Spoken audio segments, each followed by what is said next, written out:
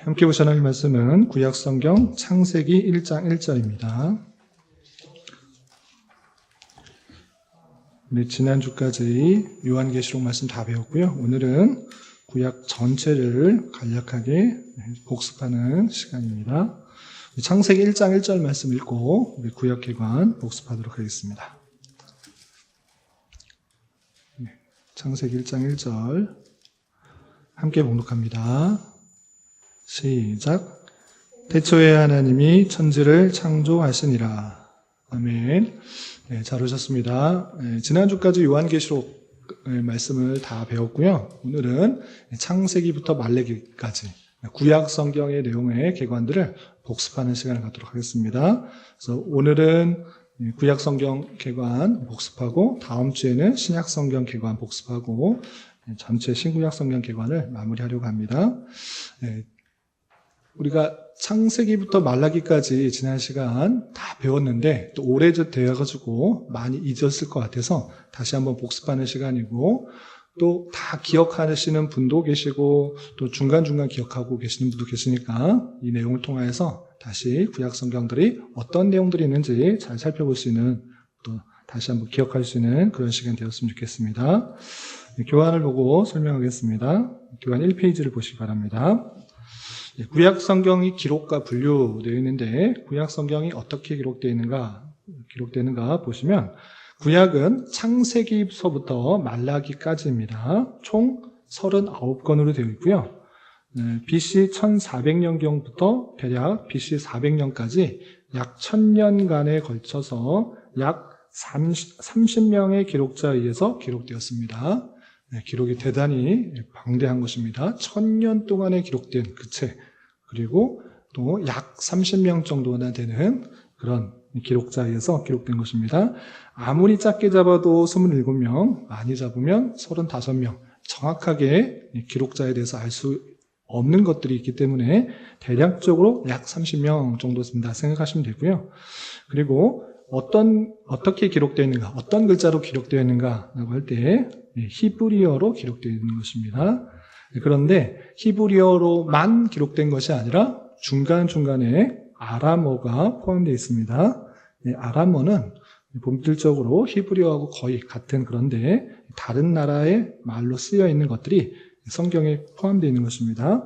어떤 성경에 들어있는가라고 할 때 에스라, 다니엘, 예레미야서 이렇게 예레미야의 일부분이 아람어로 기록되어 있는 것입니다.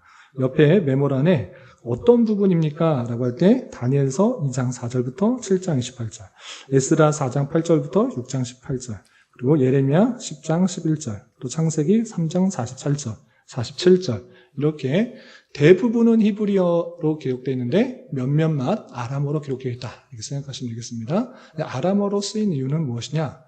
포로 시대에 백성들이 다 바벨론으로 끌려갔기 때문에 바벨론에 쓰던 그런 말을 그렇게 그냥 들여와서 기록된 것이다 이렇게 생각하시면 되겠습니다.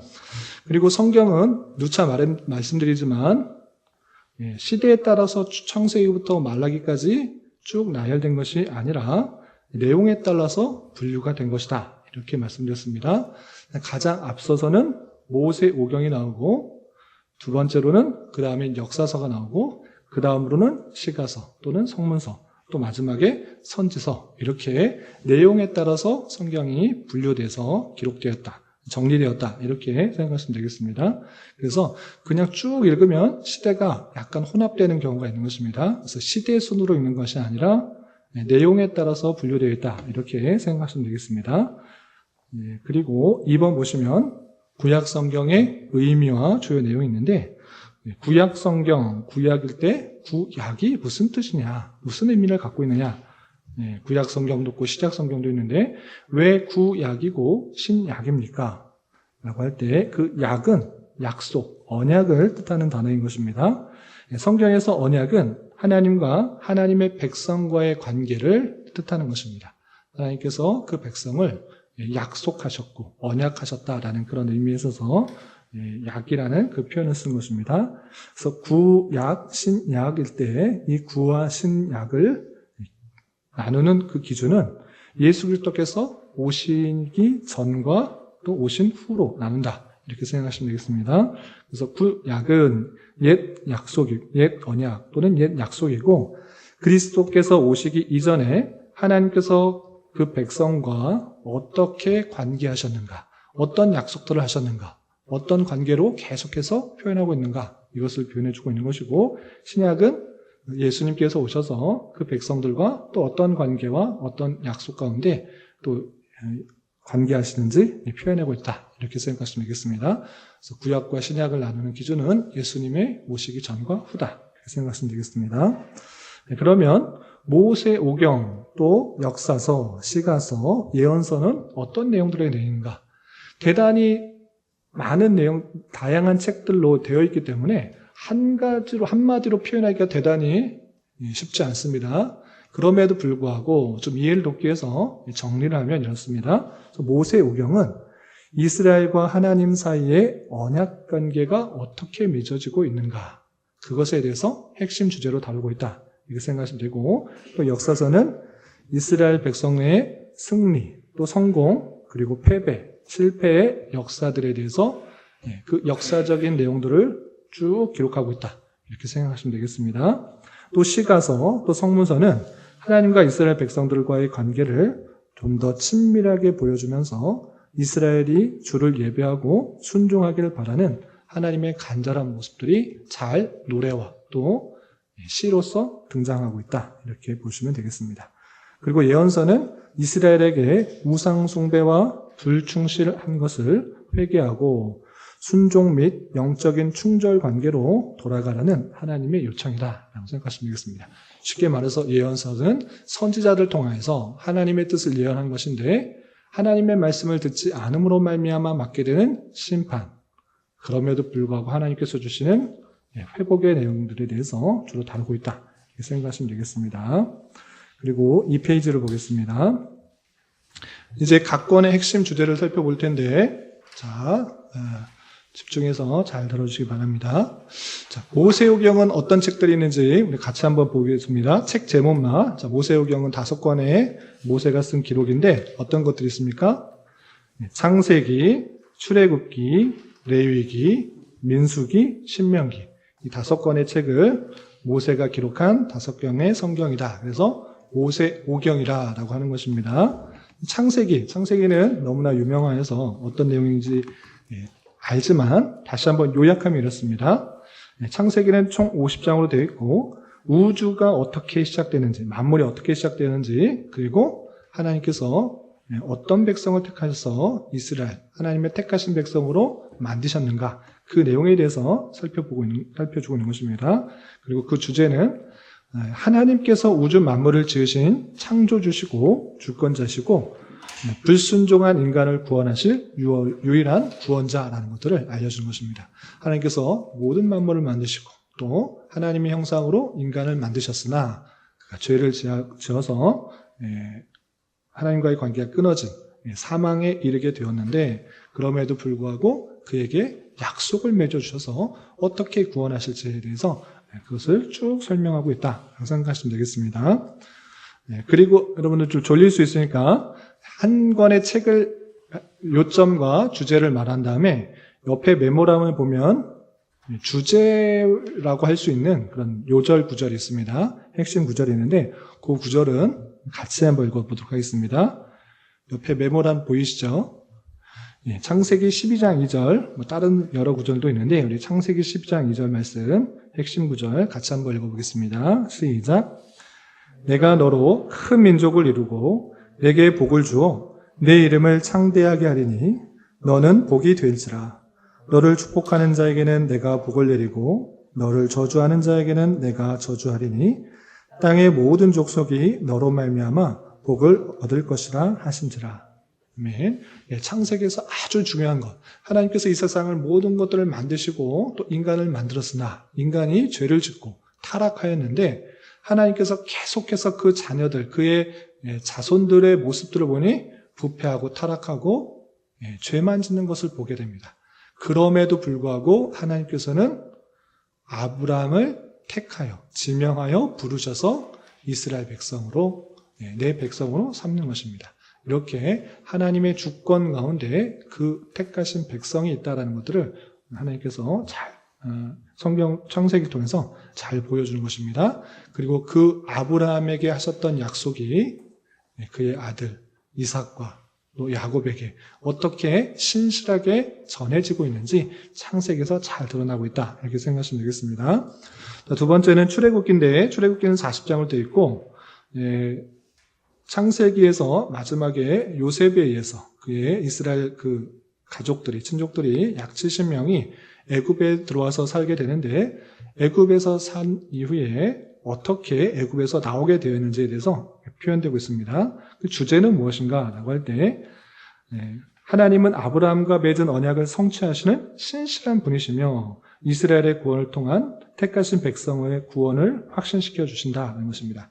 다시 설명하면 애굽에서 노예 생활하고 힘들게 어렵게 살았던 그 이스라엘 백성들이 애굽에서 나오는 일들이 기록되어 있는데, 단순히 신기한 10가지 재앙, 참 신기하다, 하나님은 참 신기한 하신 분이시구나, 이 정도로만 생각할 것이 아니라 출애굽한 것은 아브라함에게 약속하셨던 것을 이루시고 계시다, 언약을 성취하고 계시는 분이시다라는 것들을 보여주는 그런 말씀인 것입니다. 그리고 그 애굽에서 나오는 그 모습 속에서 우리는 무엇을 확인하게 되는가? 그것은 인간의 열심, 인간의 노력, 인간의 어떠한 것으로 출애굽할 수 있는 것이 아니라 오직 하나님의 주권 가운데 하나님의 은혜로 그 백성들이 나올 수 있게 된다는 것을 확인하게 되고, 또한 특별히 마지막 재앙, 10번째 재앙, 6월절 어린 양의 그 피를 문설주에 바르는 것을 통하여서 죽음이 이월됐다라는 것을 통하여서 예수 그리스도를 예표하고 있는 것을 보게 됩니다. 이렇게 택하신 백성은 하나님께서 언약하신 대로 반드시 구원하신다라는 것들이 출애굽기에 잘 나오고 있습니다. 자, 다음은 출애굽기 옆에 있는 주제 말씀이라고 할 수 있는 출애굽기 19장 5절 6절 같이 한번 읽어보겠습니다. 시작. 세계가 다 내게 속하였나니 너희가 내 말을 잘 듣고 내 언약을 지키면 너희는 모든 민족 중에서 내 소유가 되겠고 너희가 내게 대하여 제사장 나라가 되며 거룩한 백성이 되리라. 너는 이 말을 이스라엘 자손에게 전할지니라. 아멘. 그리고 레위기를 살펴보겠습니다. 레위기는 출애굽하고 이후에 모세가 시내산에서 받은 율법의 말씀 중에 한 부분인 것입니다. 어떤 율법인가? 어떻게 제사를 드려야 되는지, 또 우리가 어떻게 거룩해질 수 있는지, 다양한 율법들, 그 율법들을 총 정리해서 나와 있는 것이 레위기인 것입니다. 그래서 이 레위기를 통해서 말씀하시고자 하는 것이 무엇인가 라고 할 때, 거룩하신 하나님께 나아가는 법과 그분과 동행하는 거룩한 삶의 방법을 가르쳐주며 예수 그리스도의 십자가의 대속을 예표하고 있습니다.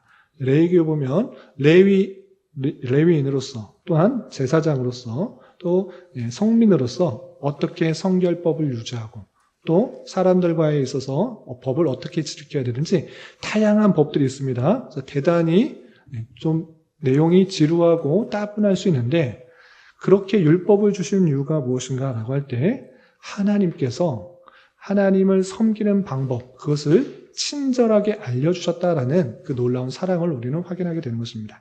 내가 어떻게 섬기려야 될지 전혀 알려주지 않았다면 우리는 자기 마음대로 하나님을 섬겼을 것입니다. 자기 입장에서, 사람 입장에서는 편할 수 있습니다. 그러나 사람 입장에서 편할 수는 있어도 하나님께서는 그것을 기뻐하지 않는다. 하나님께서 원하시는 방법으로 자기를 섬겨야 될 것과 나에게 나아가올 때는 어떻게 해야 되는지를 알려주고, 또 절기도 알려주고, 또 제사법도 알려주고, 또 성결법도 알려주어서 정말 하나님께서 어떤 삶을 살아가야 되는지를 친히 제도로 알려준 것입니다. 여러분들도 회사에 가시면 회사에 사칙이 있고, 또 우리나라에 법도 있고, 교통법도 있고, 학교 다니시는 분은 교칙이 있는 것입니다. 그런 것이 없으면 좋겠다라고 생각하지만 오히려 그런 것이 없을 때 너무나 무질서하고 또 살아가기 힘들게 되는 것입니다. 생활을 편리하고 또 아름답게 하기 위해서 여러 가지 규칙과 법들이 있는 것과 마찬가지로 하나님께서는 그 백성들에게 법과 또 제사법과 절기와 성결법 등등을 알려줘서 하나님께서 원하시는 백성들이 어떠한 삶을 살아가야 되는지 친절하게 알려줬습니다. 그런데 여기서 핵심 내용은 무엇이냐? 그 모든 것들은 예수 그리스도의 그 예표적인 성격을 갖고 있는 것입니다. 그래서 제사법을 알려줄 때 다양한 범죄를 드리고 또 여러 가지 제사를 드리는데 그 모든 것들이 희생 제사를 통하여서 우리의 죄가 씻어져서 주님께로 갈 수 있다는 것들을 생각하게 하고 우리가 어떻게 정결하게 되는지 다양하게 알려줌으로 말미암아 죄에 있는 자로서는 하나님께 나아갈 수 없다는 것들을 가르쳐주고 있는 것입니다. 이런 내용들이 레위기에 있습니다. 우리 옆에 레위기의 핵심 구절, 주제 구절 11장 45절 같이 한번 읽어보겠습니다. 시작. 나는 너희의 하나님이 되려고 너희를 애굽 땅에서 인도하여 낸 여호와라. 내가 거룩하니 너희도 거룩할지어다. 하나님의 거룩하심을 그 백성들도 요구하는 것을 볼 수 있습니다. 자, 네 번째 성경은 민수기입니다. 민수기는 36장까지 있고 백성들의 수를 셌다라고 해서 민수기인 것입니다. 출애굽할 때 그 수 그리고 40년 광야 생활을 하고 마지막에 다시 가나안 땅에 들어가기 전에 수를 세서 2번 수를 센 것이 기록되어 있기 때문에 그 특징을 따서 민수기라고 기록되어 있는데 그 전체 내용은 숫자만 세다 끝난 것이 아니라 이스라엘 백성들이 광야 40년 동안 어떤 생활을 했는지 잘 나오고 있는 것입니다. 그런데 그 땅을 하나님께서 약속하신 가나안 땅을 바로 들어갈 수 있었으나 그 백성들이 불순종하고 의심하는 것 가운데 하나님의 진노를 받아 가나안 땅을 정탐한 그 40일 동안의 기간을 1년식으로 삼아서 40년 동안 광야 생활을 하게 된 것을 보게 됩니다. 이렇게 하나님께서는 불순종한 이스라엘을 벌하시고 또 광야 생활을 시키셨지만 사랑의 하나님이시기 때문에 영원히 버리시지 않고 20세 이상의 그 사람들은 다 광야에서 죽었지만 그 이하의 사람들은 다시 신세대로서 새로운 세대로서 하나님께서 약속하신 그 땅에 들어가게 하시는 은혜를 살펴볼 수 있습니다.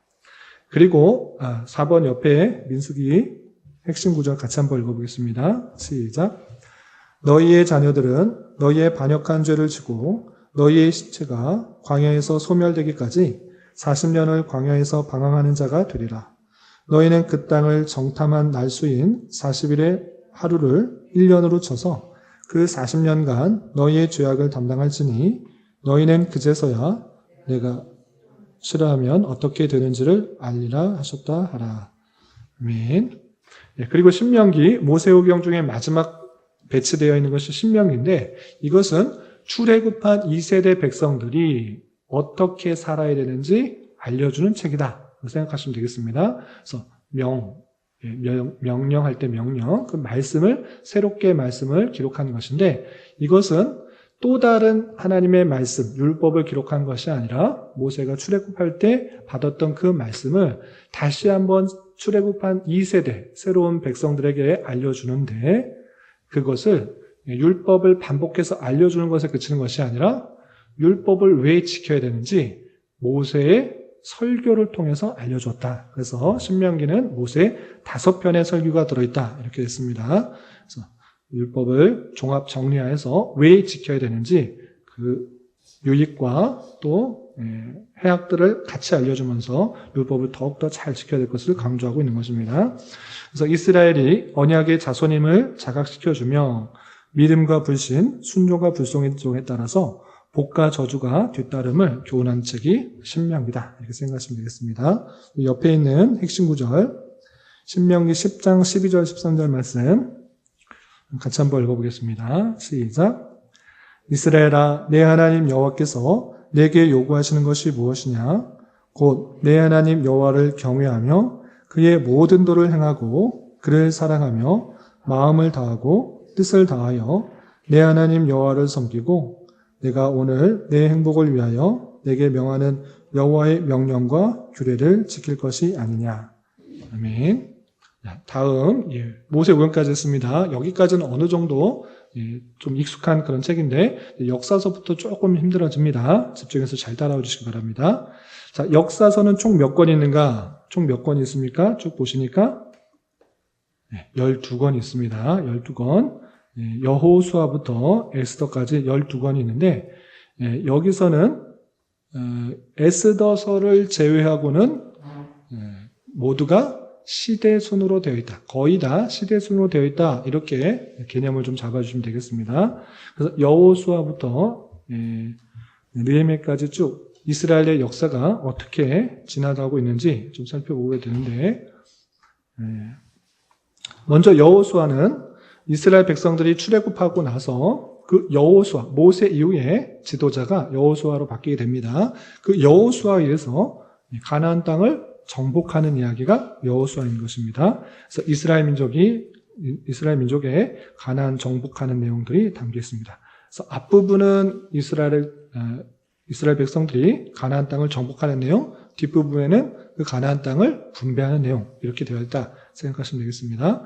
주제는 무엇인가 보시면 가나안 정복은 하나님 나라를 건설하기 위한 거룩한 전쟁이며 전적으로 하나님의 주권적 섭리로 이루어졌음을 교훈하고 있습니다. 첫 번째 생각해야 될 것은 가나안 정복하였을 때 그것이 왜 이렇게 잔인하신가? 하나님은 너무 잔인하시는 분 아니십니까? 모든 사람들을 다 진멸하라? 동물까지도 다 진멸하라? 하나님은 너무 잔인하십니다. 인정사정도 보지 않고 어떻게 어린아이들까지 죽일 수 있습니까? 아니 동물들까지 다 죽입니까? 좀 남겨두면 될 것 같은데 그것이 아니라 하나님께서는 그 가나안 땅에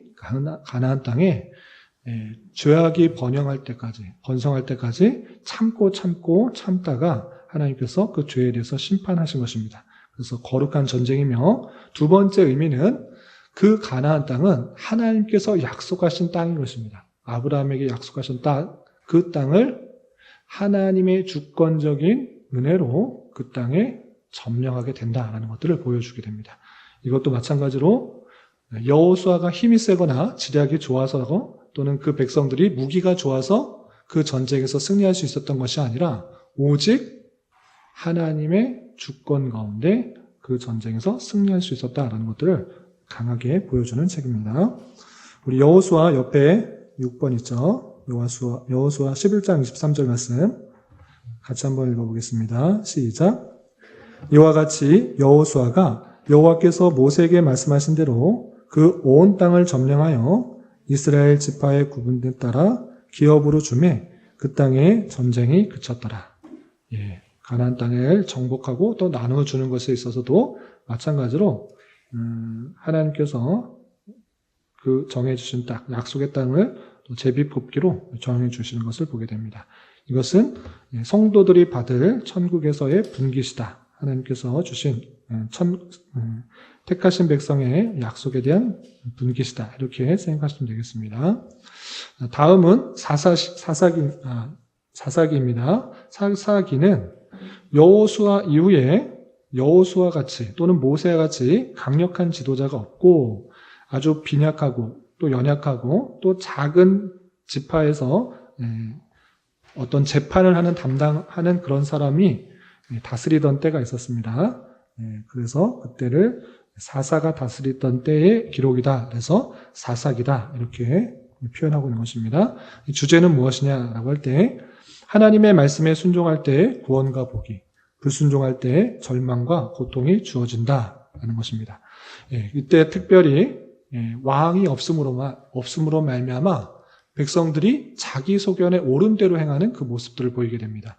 왕이 온전한 통치를 하지 못하는 그런 모습 가운데 내가 이렇게 하면 되지 라고 하면서 자기의 욕심에 따라 행하는 또는 이방 사람들의 욕심에 따라 그대로 따라가는 그런 악하고 타락한 모습이 있을 때 하나님께서는 이방 사람들을 들어서 그들을 심판하시고 또 심판을 당한 그 이스라엘 백성들은 하나님께 기도하고 간구할 때 하나님께서는 사사를 통하여서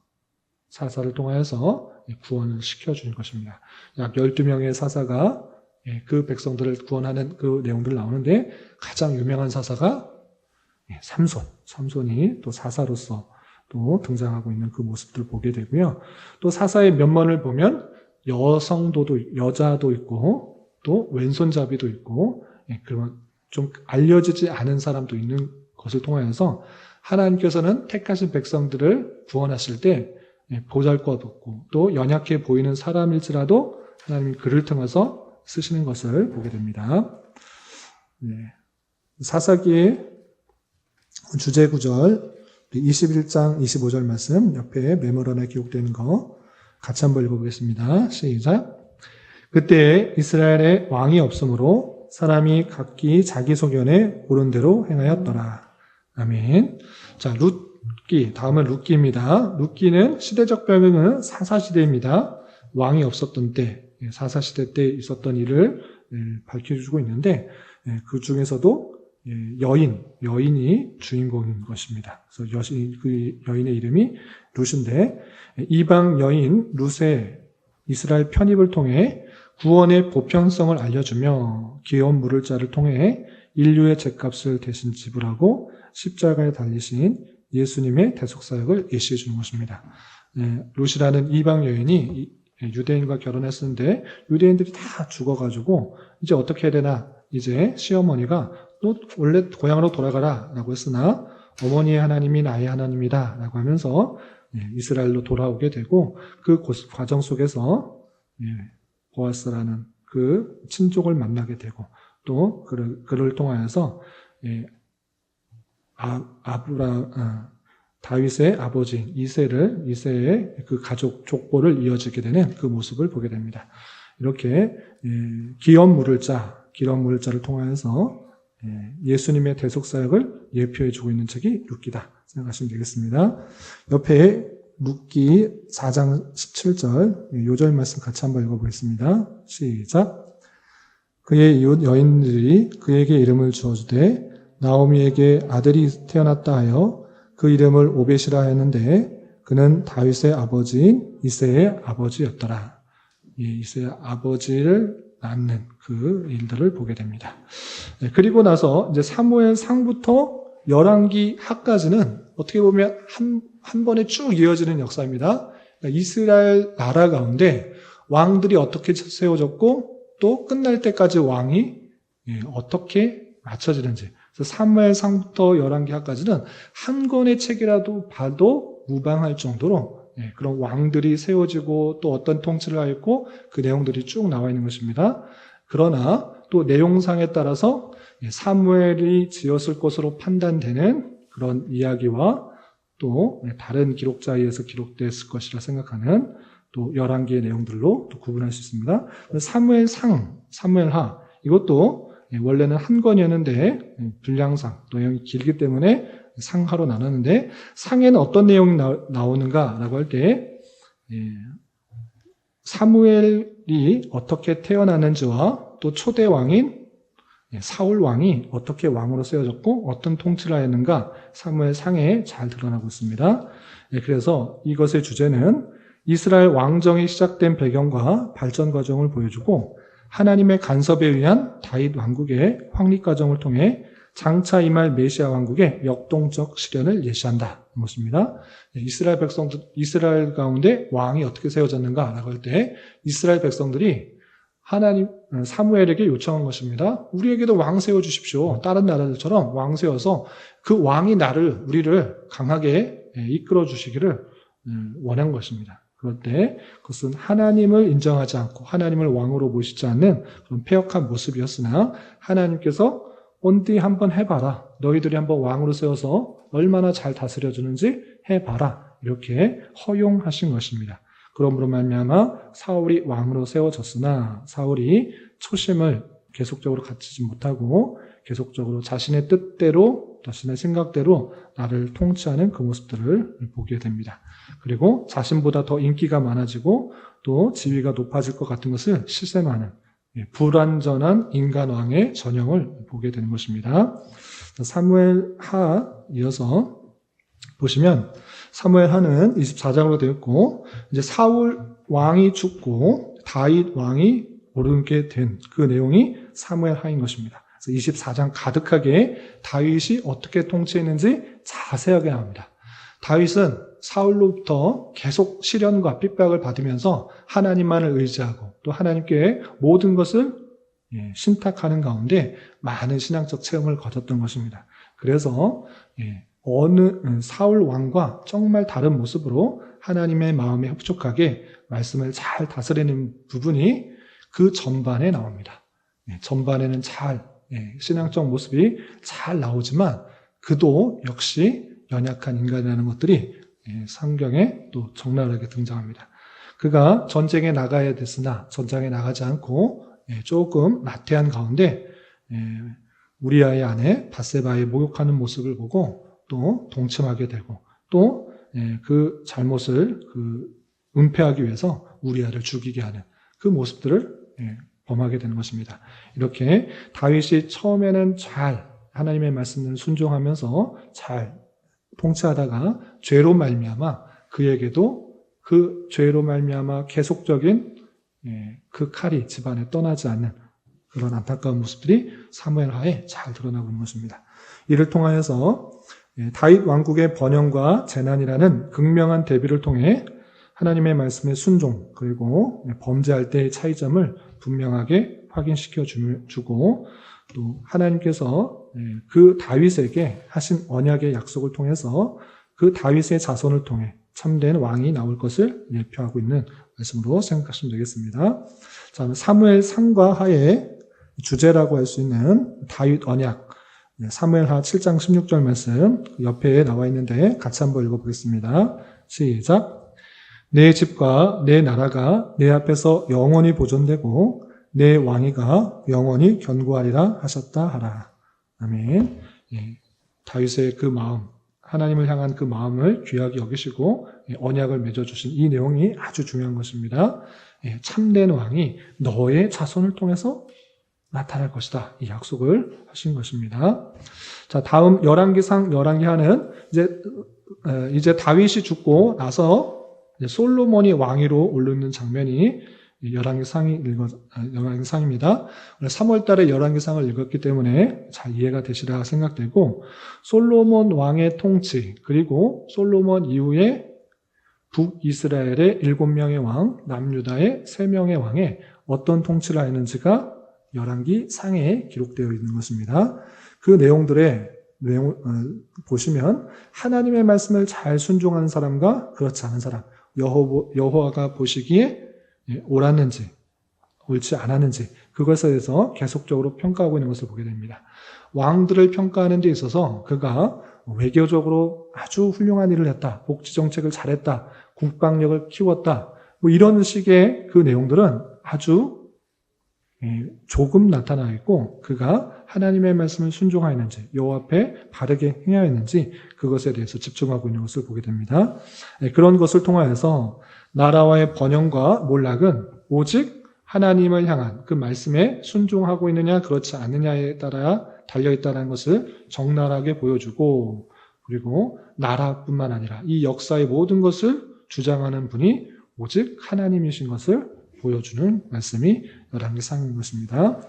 그리고 열왕기하에서는 그 말씀에 이어서 그 열왕들에 이어서 나머지 왕들 북이스라엘의 나머지 19명까지의 왕 그리고 남유다의 20명까지의 왕 그 나머지의 쭉 내용들이 기록되어 있는데 이런 것을 통하여서 북이스라엘도 멸망하고 남유다도 멸망하게 되는 것을 보게 됩니다.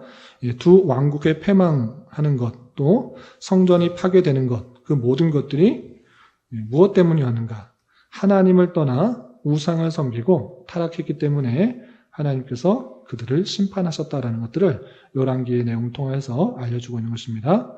그럼에도 불구하고 열왕기하의 내용은 심판당하고 다 바벨론은 끝나갔다 이것으로 끝내는 것이 아니라 바벨론에 끌려간 그 왕이 왕의 식탁에서 같이 먹었다라고 하고 끝나고 있습니다. 왜 그렇게 약간의 여지를 두고 끝나는가? 그 가운데서도 하나님의 은혜와 하나님의 언약들이 계속적으로 지켜주고 있다. 회복의 가능성들이 드러나고 있다라는 것들을 열왕기하의 마지막에 그려주고 있는 것입니다. 자, 이렇게 열왕기 상과하는 솔로몬 시대부터 마지막 북이스라엘과 남유다의 그 10왕들, 왕들의 통치에 대해서 쭉 기록되고 있는데 이 내용들을 요절 말씀이라고 할 수 있는 열왕기하 17장 19절 20절 말씀 옆에 메모란 한번 읽어보겠습니다. 시작. 유다도 그들의 하나님 여호와의 명령을 지키지 아니하고 이스라엘 사람들이 만든 관습을 행하였으므로 여호와께서 이스라엘의 온 족속을 버리사 괴롭게 하시며 노략군의 손에 넘기시고 마침내 그의 앞에서 쫓아내시니라. 아멘. 이렇게 사무엘상부터 열왕기하까지는 왕이 어떻게 생겨졌는지 또 왕들이 어떻게 통치하는지 쭉 나와 있다. 이렇게 생각하시면 되겠습니다. 그런데 역대상과 역대하도 내용이 대단히 비슷합니다. 열왕들의 통치에 대해서 설명하는데 근데 주안점이 다릅니다.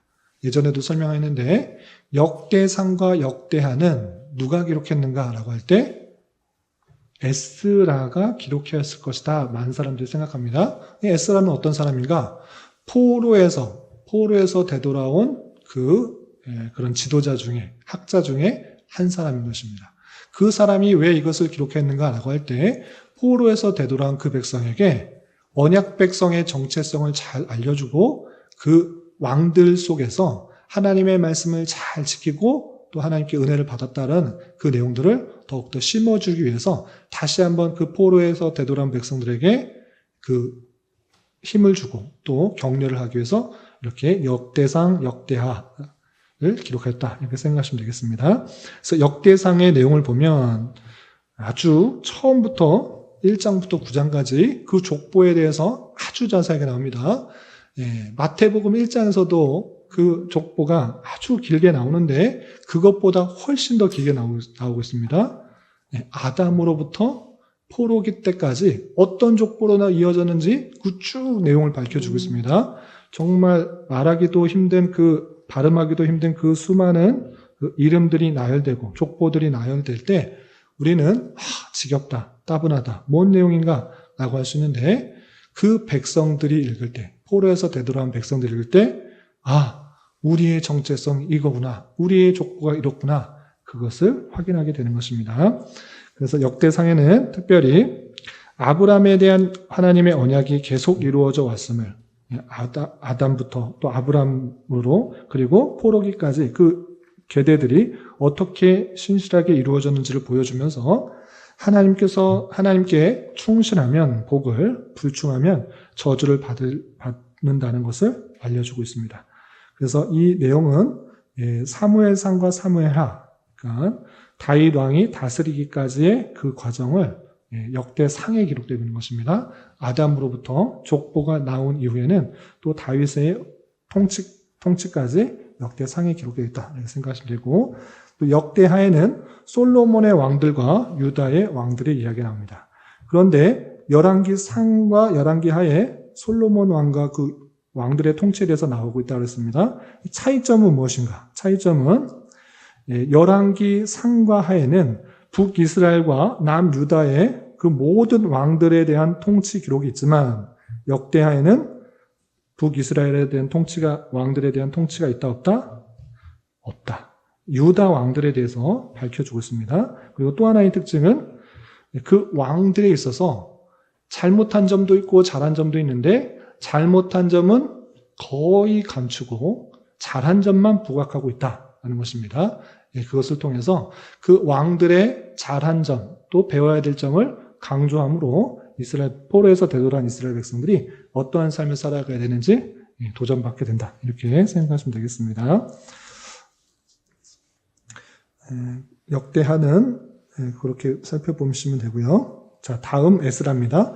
역대하의 마지막을 보면 에스라와 그대로 이어지는 것을 볼 수 있게 됩니다. 그래서 많은 학자들이 역대상과 하는 에스라가 함께 쓴 것으로 그렇게 인정하고 있는 것입니다.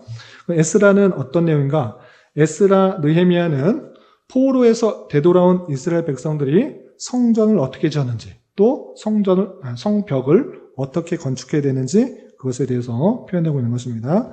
특별히 에스라는 1차 포로에서 되돌아온 백성들이 어떤 일들을 하였고 또 2차로 돌아온 백성들이 어떤 일들을 했는가, 1차와 2차에 돌아온 백성들에 대해서 기록하고 있는 것입니다. 그러면서 포로 귀환의 역사성을 강조하면서 언약을 지키시는 하나님의 신실한 증거자이며 또 영적으로 재무장을 하도록 일깨줍니다. 에스라, 그가 포로에서 되돌아온 것이 우연히 또는 고레스, 바사왕 고레스가 마음이 착해서 너그러운 유화 정책을 했기 때문에 돌아온 것이 아니라 하나님께서 그의 마음을 주장하여 주셔서 되돌아왔다라는 것들을 강조하고 있고, 또 되돌아온 백성들이 또 성전을 재건하는 내용들로 들어있다 생각하시면 되겠습니다. 시간이 많이 지나서 빨리빨리 그냥 요절 읽지 않고 간단하게 설명하고 넘어가겠습니다. 느헤미야는 말씀드린 것처럼 포로 시대에 1차, 2차 되돌아와서 성전을 건축했는데, 또 성벽이 건축되어야 됐기 때문에 성벽 복원을 위해서 느헤미야가 다시 되돌아온 내용들로 기록되어 있습니다. 그런데 특별히 느헤미야가 되돌아왔을 때 그 이방 혈족과 결혼했던 사람을 낱낱이 밝히면서 그들을 책망하는 그 내용들이 나오는데, 이를 통해서 이방 혈족과 구별되어서 더욱더 이스라엘 백성들의 정체성을 잘 지켜주도록 강조하고 있는 내용들이 있습니다. 그리고 느헤미야까지는 이제 이스라엘 백성들의 그런 역사 이야기인데, 그 이야기만 다루는 것이 아니라 바사 시대, 페르시아의 역사도 기록하고 있습니다. 그 내용이 에스더인 것입니다. 에스더는 포로 시대에 페르시아의 한 여인이었던 유대 여인이었던 에스더가 어떻게 왕비가 되었고, 또 그 이스라엘 백성들을 어떻게 구원하게 되었는지 그 내용들로 기록되어 있는데, 세상 역사는 권력자나 악인의 손에 달려있지 않고 하나님의 손에 붙잡혀 있다라는 것들을 확인해 주는 것입니다. 그래서 이스라엘 땅의 그 백성들만 다스리는 것이 아니라 어디에서나 하나님께서 택하신 백성들은 신실하게 지켜주신다라는 것들을 에스더를 통해서 확인하게 되는 것입니다. 그러면서 우연 같아 보이는 일일지라도 하나님께서는 그때를 위해서 사람을 보내시고 또 사용하신다. 이 사실들을 잊지 말아야 될 것입니다. 자, 다음은 시가서입니다. 시가서는 5권이 있습니다. 욥, 시편, 잠언, 전도, 아가. 이 5권의 책은 역사서 뒤에 나오는데, 그 내용이 그 역사를 다루는 것이 아니라 하나님에 대한 통치와 또 섭리와 또 하나님께서 그 백성들을 다스리시는 그 여러 가지 것들을 함께 다루기 때문에 시와 노래다라고 해서 시가서라고도 하고, 또 거룩한 문서다라고 해서 성문서라고도 합니다. 어쨌든 이 5권의 책 간단하게 살펴보겠습니다. 욥기는 알 수 없는 재앙을 만난 욥과 세 친구의 이야기에 대해서 다루고 있는데, 이것을 통하여서 고통의 원인 또는 고난의 원인이 죄 때문이라는 인과응보적 사고에서 벗어나 고난의 신비와 하나님의 주권적 섭리 및 순종하는 신앙을 일깨워주는 것입니다. 우리는 흔히 잘못되고 또 고통받으면 죄 지었으니까 벌 받았다 이렇게 생각하기 쉬운데, 그것이 아닐 수 있다. 사람이 다 이해할 수 없는 하나님의 놀라운 섭리 가운데 이 세상을 다스려 가고 있기 때문에 그 고난을 통해서 하나님께서 또 섭리하시는 바가 있다는 것을 통해서 하나님의 신정론, 하나님의 통치에 대해서 생각하게 합니다. 그리고 두 번째 시편이 있는데, 시편은 150편까지 있습니다. 150편이 되어 있는데, 이것은 다윗 외에 여러 사람들이 다양한 상황 속에서 쓴 시와 노래의 모음인 것입니다. 다양한 종교적 체험과 신앙의 고백으로 예배와 찬양의 전형이 되고 있습니다. 자, 잠언은 솔로몬, 지혜의 왕이라고 할 수 있는 솔로몬이 지은 교훈집인데, 참된 지혜의 길을 깨우쳐 여호와 신앙의 바른 삶을 살아가도록 해주며 온전한 명철과 지혜를 제공하는 것입니다. 이 잠언의 아주 유명한 구절, 여호와를 경외하는 것이 지식의 근본이거늘 미련한 자는 지혜와 훈계를 멸시하느니라. 여호와를 경외하는 것, 그것으로부터 지혜가 나고 지식이 난다. 그 사실들을 잊지 말아야 될 것입니다. 다음 전도서서 솔로몬이 쓴 책입니다. 솔로몬이 그 인생의 말미때 삶의 의미에 대해서 쓴 글이 전도서입니다. 그 내용을 보면 하나님이 없는 인생의 활동과 소망은 철저히 허무하다 라고 알려준 것입니다. 허무하다, 허무하다. 이런 것들을 강조하면서 하나님 없이 하는 모든 것, 솔로몬은 이 세상에 누릴 수 있는 어떤 부와 명예와 또 여자 등등을 다 체험해 봤습니다. 그런데 하나님 없이는 다 쓸데없는 것이구나를 깨달았던 것입니다. 그래서 하나님 없는 인생의 활동과 소망은 철저히 허무함을 느끼게 해주며 인생의 참지에는 창조자를 기억하는 것이고 본문은 하나님을 경외하고 그분의 명령을 지키는 것이다. 그것이 아주 중요한 것입니다. 인생의 참지혜. 우리는 더 늙어서 아무 소망이 없다. 이렇게 되기 전에 천지를 지으신 창조자를 기억하여서 하나님을 경외하고 그 명령을 지키는 것이 참된 지혜 있는 삶이다라는 것들을 알려주고 있습니다. 자, 아가서는 솔로몬이 술람미 여인을 사랑하여서 노래하는 그런 내용들인데 마치 뮤지컬의 그 대사와 같이 아주 정말 멋진 시요 노래로 되어 있습니다.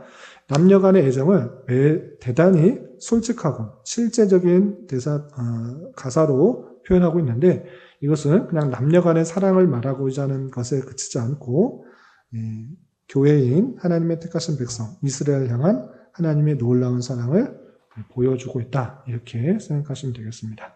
자, 여기까지가 시가서고, 자, 선지서는 총 17권이 있습니다. 너무 기니까 좀 나누면 대선지서와 소선지로 나눌 수 있습니다.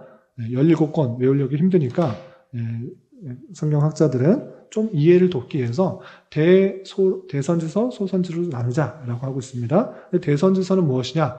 선지자가 위대한 것이 아니라 선지자가 기록한 분량이 많은 것. 그것은 앞에 배치하였고 그것을 대선지서다 이렇게 표현합니다.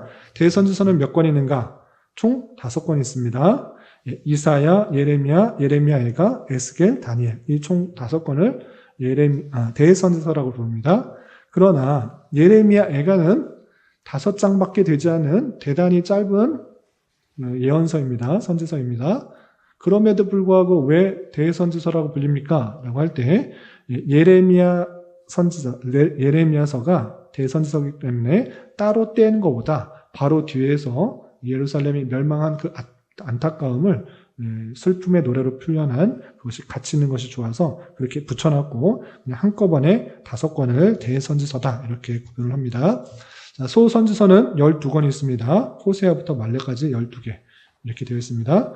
그래서 이 권수를 보면 대단히 좀 독특합니다. 어떻게 독특하냐? 모세오경 5권, 역사서 12권, 그 다음에 시가서 5권, 그 다음에 대선지서 5권, 소선지서 12권 이렇게 5, 12, 5, 5, 12 이렇게 되어 있다 생각하시면 또 외우기가 쉽습니다. 내용이 많은데 핵심적으로 다루겠습니다. 내용이 많으니까. 선지서의 내용은 거의 비슷합니다. 어떤 내용인가? 이스라엘 백성들이 죄를 지었고 회개하지 않았기 때문에 심판하신다. 그러나 심판하시고 끝나는 것이 아니라 다시 회복해 하신다라는 내용이 거의 모든 선지서의 핵심 내용인 것입니다. 그래서 죄에 대한 심판과 하나님의 회복에 대해서 말하고 있는데 그 회복의 내용들을 보시면 이스라엘 백성들이 회개하고 뉘우쳤기 때문에 회복시킨다는 것이 아니라 내가 택하였기 때문에 내가 말하였기 때문에 내가 하나님이었기 때문에 내가 언약하였기 때문에 회복시키신다라는 것들을 표현하고 있는 것입니다. 그 내용이 선지서의 공통 주제요 핵심인 것입니다. 그래서 이사야, 예레미야애가, 에스겔, 다니엘 이 모든 것들이 거의 같은 내용인데 특별히 다니엘은 조금 다릅니다. 다니엘은 어떤 것들이 더욱더 포함되어 있는가? 다니엘은 아시다시피 1차 포로로 끌려간 그 사람 중에 한 명인 것입니다. 다니엘과 세 친구가 있는데 다니엘과 그 세 친구 그 모두를 하나님께서는 그 포로된 가운데서도 신실하게 지켜 보호하실 뿐만 아니라 다니엘에게 앞으로 일어날 일들을 환상 가운데 보여주셔서 이 세상 모든 만물들이 어떻게 다스려지는지 특별히 알려준 것입니다. 다니엘을 통해서 세상 질서와 열국의 운명들을 주장하시는 하나님의 초월성을 강조해 주면서 선민에게 위로와 소망을 주고 있다. 이렇게 생각하시면 되겠습니다. 소선지서 내용은 비슷한데 구분하는 방법만 알려주고 끝내겠습니다. 소선지서 총 몇 권 있다? 12권 있다. 그 중에 학개, 스가랴, 말라기 이 세 권은 포로 이후에 하나님께서 알려주신 그 말씀입니다. 그래서 좀 나누게 생각하시면 되고, 그리고 호세아하고 쭉 보시면 3번 아모스 있습니다.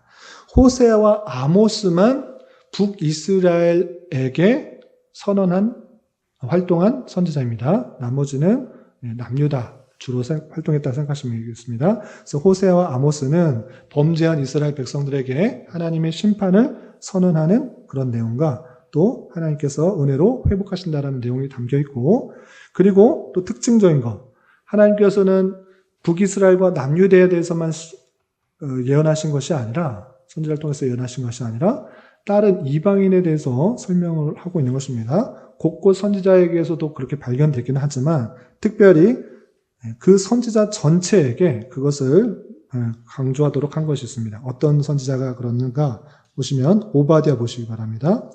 오바댜는 한 장으로 되어 있는 매우 짧은 성경인데 그 내용을 보시면 에돔을 멸망할 것과 이스라엘의 회복에 대해서 설명하고 있습니다. 오랫동안 유다를 대적해온 그 에돔 나라 궁극적으로 멸망할 것이다. 그리고 유다는 회복될 것이다 라고 말하고 있고, 그리고 요나, 그 다음에 나온 요다, 니느웨를 구원하시는 하나님의 요나 이야기가 나옵니다.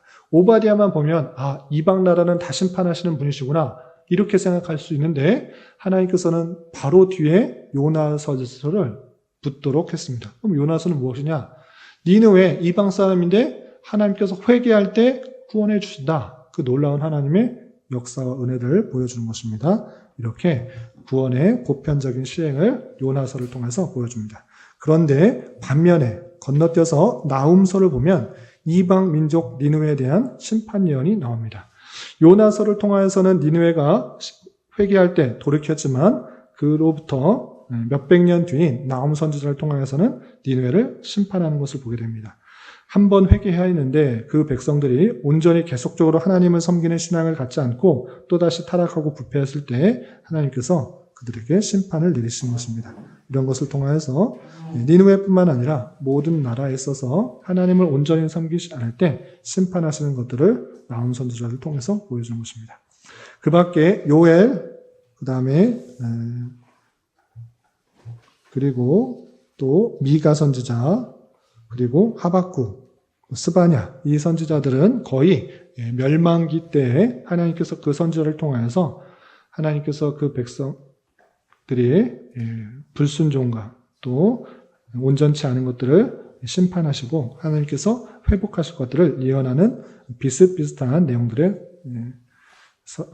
선지서다 이렇게 생각하시면 되겠습니다. 그리고 학개 스가랴 말라기는 포로 이후의 선지자들인데 포로에서 되돌았을 때 학개 선지자를 통하여서 성전을 다시 짓도록 강조하는 내용이 나오고, 또 스가랴 선지자를 통하여서 외적 건물, 외적 성전을 짓는 것의 그 참된 의미가 무엇인지 그 스가랴 선지자를 통해서 보여주는데, 그것은 성전 재건이 곧 영광스러운 메시아 왕국에 도래하는 것이라는 것을 일깨워주는 영적인 내용들을 다루고 있다라고 생각하시면 되겠습니다.